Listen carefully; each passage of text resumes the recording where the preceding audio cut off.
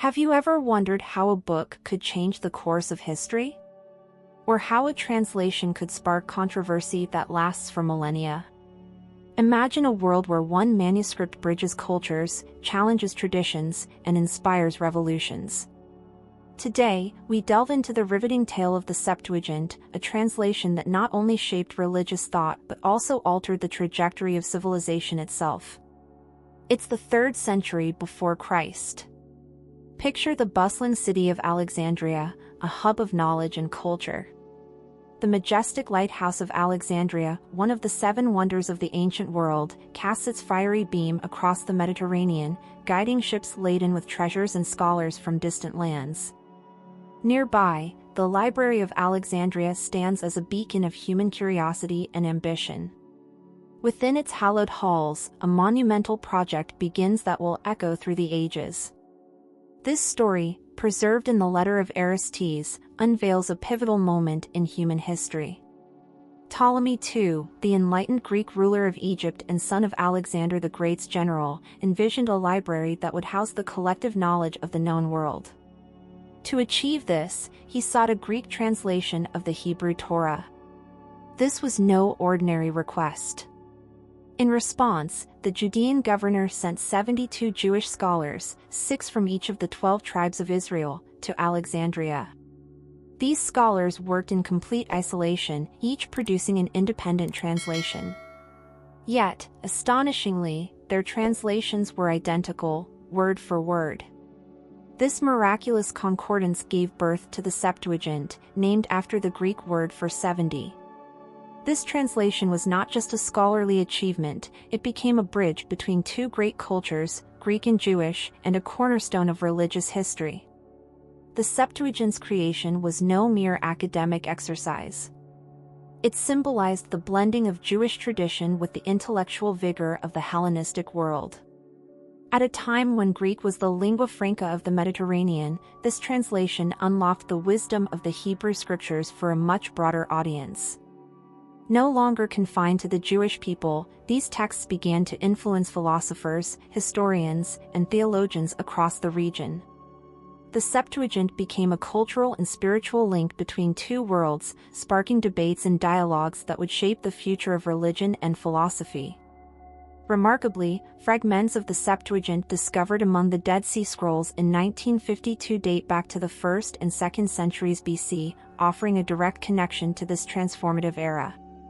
These fragments provide a glimpse into the early use of the Septuagint and its role in Jewish communities of the time.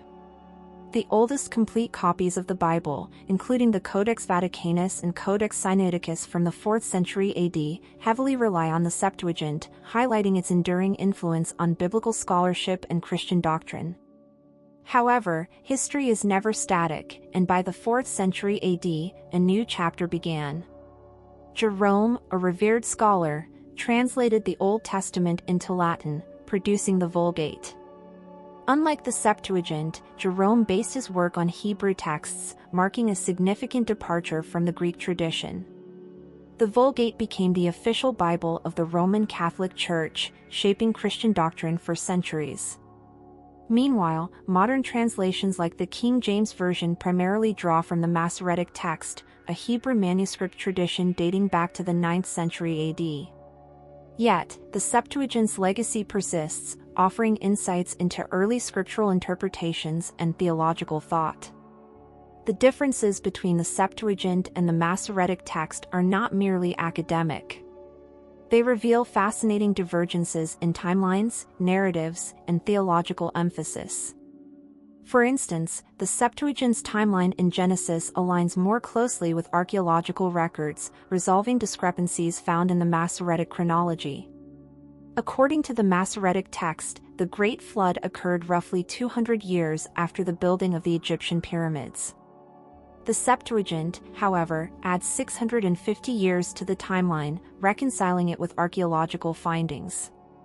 Such adjustments provide a more cohesive understanding of ancient history, demonstrating the importance of these textual variations. Another striking example is found in Exodus 12 verse 40.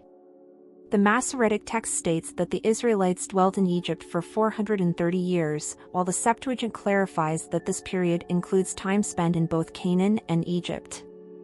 This distinction aligns the biblical account with genealogical evidence, which suggests a shorter period of direct enslavement in Egypt.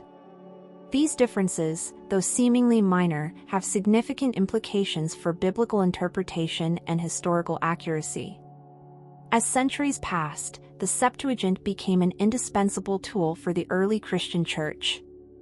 Fast forward 300 years to a world dominated by the Roman Empire. While Rome held political power, Greek remained the universal language of trade and scholarship. The Septuagint allowed early Christians to communicate their faith to a diverse audience. Over 2/3 of the Old Testament quotations in the New Testament are derived from the Septuagint. For example, Matthew 1 verse 23 states, "Behold, a virgin shall be with child and shall bring forth a son, and they shall call his name Emmanuel." This directly aligns with Isaiah 7 verse 14 in the Septuagint, which uses the term virgin, unlike the Masoretic text, which uses young woman. Such distinctions were pivotal in affirming Jesus' divine nature and role as the Messiah. Not everyone welcomed the Septuagint's influence. Jewish leaders of the time opposed its use, fearing it validated Christian interpretations of Scripture. Some accused early Christians of manipulating sacred texts to fit their narrative.